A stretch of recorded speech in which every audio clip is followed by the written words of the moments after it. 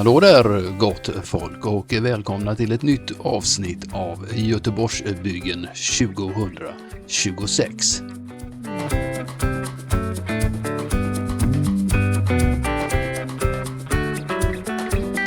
Vi börjar som seden bjuder ute i Gamlestan vid SKFs gamla huvudkontors tillbyggnad. Vi har 6. Det är inte ofta man säger sådant nu för tiden, men det verkar som om att vi har 6 nya våningar.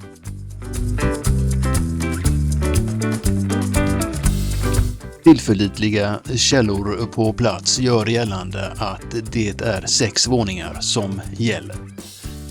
Därmed har vi nått spänningens crescendo.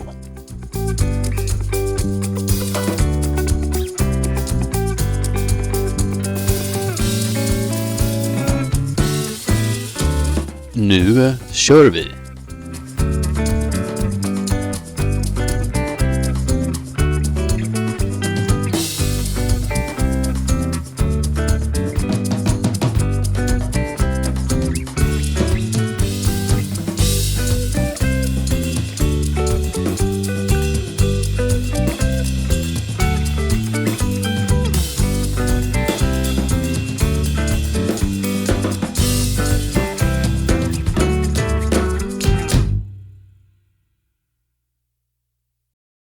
Vi skådar den mäktiga Göta älv och en av våra 2 tunnlar under densamma Tingstadstunneln. En tunnel som har tjänat oss väl genom åren sedan 60-talet, men den har nu kompletterats med Marieholmstunneln strax öster om Tingstadstunneln. Vid Tingstadstunnelns norra entré har E6 och Lundbyleden strålat samman. Numera är ju Lundbyleden ganska söndertrasad just här vid Tingstaden. Vi kan se här hur Brunnsbomotet helt har demolerats och ska ge plats för ett nytt mot, Kvillemotet, som är en del av ett större infrastrukturprojekt som inkluderar en ny järnvägsbro och anslutningar till den framtida Brunnsbo station.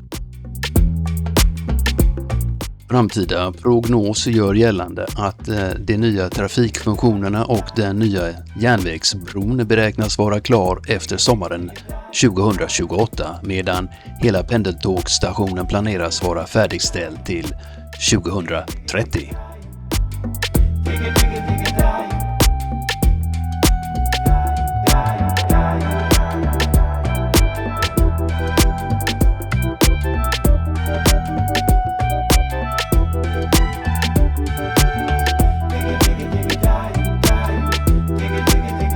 Vi kan ju också se att Bohusbanan mystiskt har försvunnit.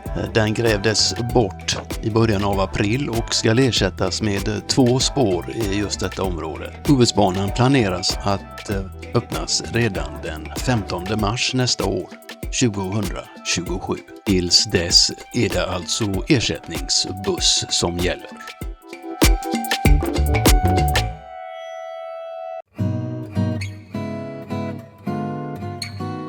Här läser jag innantill från Business Region Göteborgs hemsida. Vasakronans pilotprojekt KAI 16 blir en kreativ och dynamisk arena för företagare, innovatörer och besökare.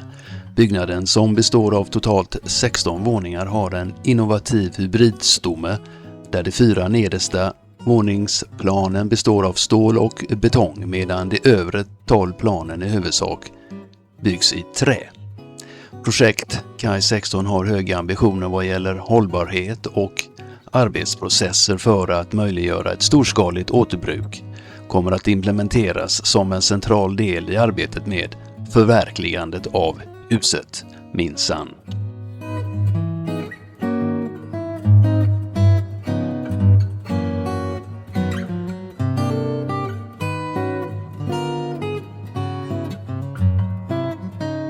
Vi glider in över E45, Götaleden, Marieholmsleden, det där med kärt barn och så. För att ta en titt på hur Centralen-området ser ut. Vi ser att Park Central och Granncentralen ser alldeles utmärkta ut. Det är ju sådant man vill kunna rapportera. Vi ser även att Bergslagsgatan börjar ta fin form med diverse busshållplatser, tänker jag.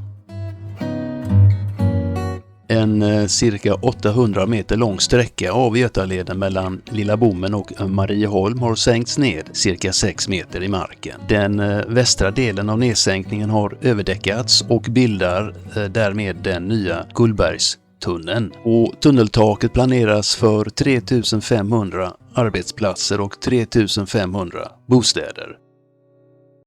Så pass, då hänger vi plötsligt ovanför Chalmers tekniska högskola och framförallt över Holtermanska sjukhuset. Sedan slutet av 1800-talet ser sjukhuset ut som det gör nu idag. Då inrättades ett sjukhus för veneriskt sjuka. Sjukhuset har även huserat sådana illustra spelare som Chalmers kortegekommitté och jag minns själv att på 80-talet så bodde jag nere i en likkällare. Det var tider. Nu ska sjukhuset berikas med 386 lägenheter och lokaler.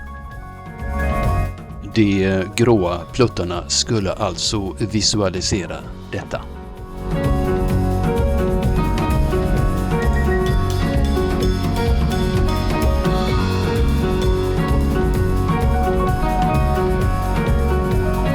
Ovanför Kalandersplatsen kan vi se att det även planeras för förtätning. Här ska det byggas lägenheter.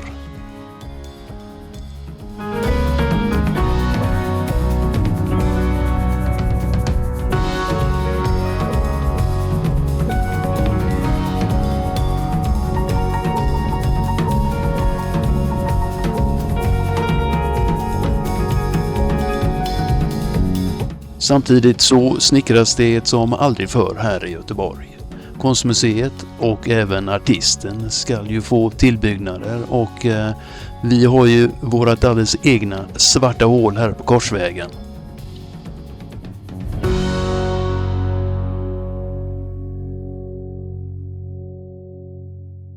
Jag vill härmed passa på att tacka alla er givmilda och ytterst vänliga människor som har bjudit på fika. Det hjälper enormt mycket att hålla igång den här lilla kanalen.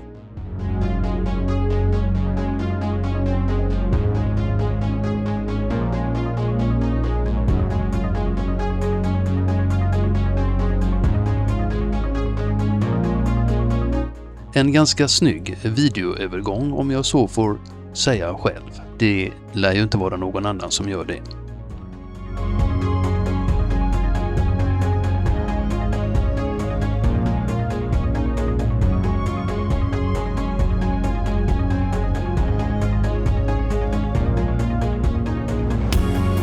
Angående mitt utpekande av brandens start för drygt 2 år sedan så kan jag komplettera med Statens haverikommission och deras uppgifter om att svetsningen av omledningsrören skedde på utsidan av anläggningen vid foten av vattenrutschkanorna. Det finns filmer online där man tydligt kan se hur begynnande flammor slår upp precis där jag pekade. Det blev ett osedvanligt kort avsnitt den här veckan. Det kan ju bero på olika saker. Årstiden, vädret, men förmodligen framförallt mest på att det råder flygförbud lite här och där. Och det kan vi väl tillskriva militärer och annat fint folk. Till er som orkade hänga med ända till slutet vill jag rikta ett speciellt tack ska ni ha.